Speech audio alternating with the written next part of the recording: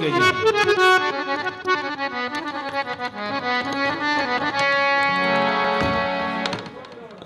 लो जनाब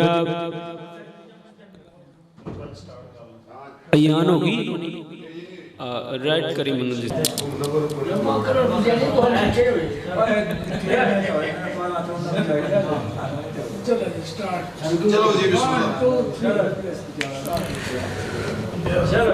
लो जनाब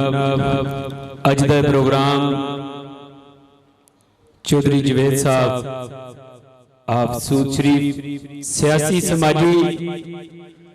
शख्सियत साढ़े वड्डे वीर चौधरी जवेद साहब आप सूद शरीफ इन्हां दे डेरे ते लंबड़दार साहब दे डेरे ते प्रोग्राम किया जा रहा है और स्पेशली साढ़े छोटे वीर अकब अली दी शादी दी सलाह का प्रोग्राम है ते किदी करना है दोबारा करियो यार। लो जनाब अज का प्रोग्राम चौधरी जवेद साहब आप सूद शरीफ जनाब के डेरे ते मुनक्कद किया गया है। साढ़े छोटे वीर चौधरी दानिश की शादी की सलाह का प्रोग्राम समझो क्योंकि लंबड़दार साहब साढ़े नाल बहुत प्यार करते ने और सानू स्पेशल अपने कार बुला के अपने डेरे ते प्रोग्राम करा रहे ने और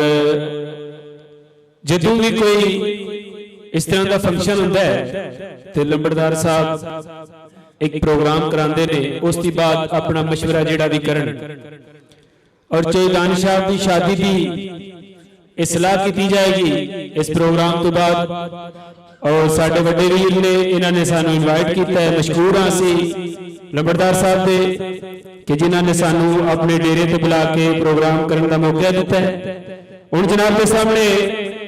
मैं चंद शेर पेश कर रहा साढ़े वड्डे वीर चौधरी जवेद साहब सूद शरीफ इन्हां दी फरमाइश ते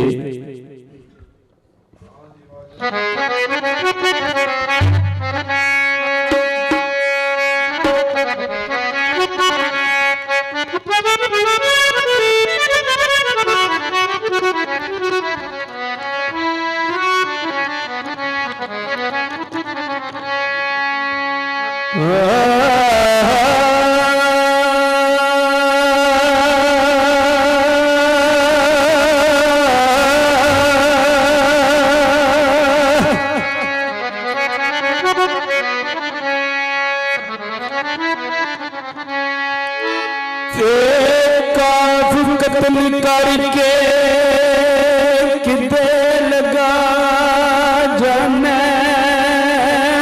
मेरी निकलती जान नुवे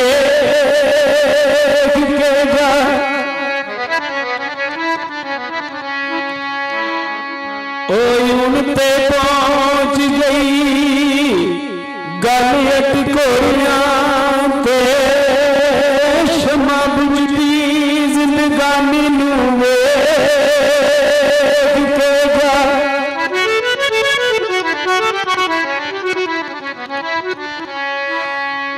ते मैं नहीं आखती पड़ी तू फातिया मेरी गोर निशानी नुवे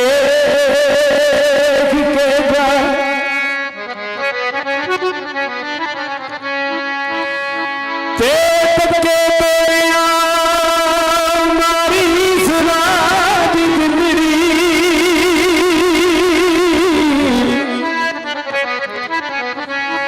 पक्के तेरिया मारी सुराज जिंदरी कटे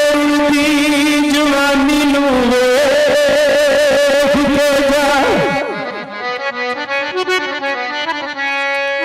दीवाना लिख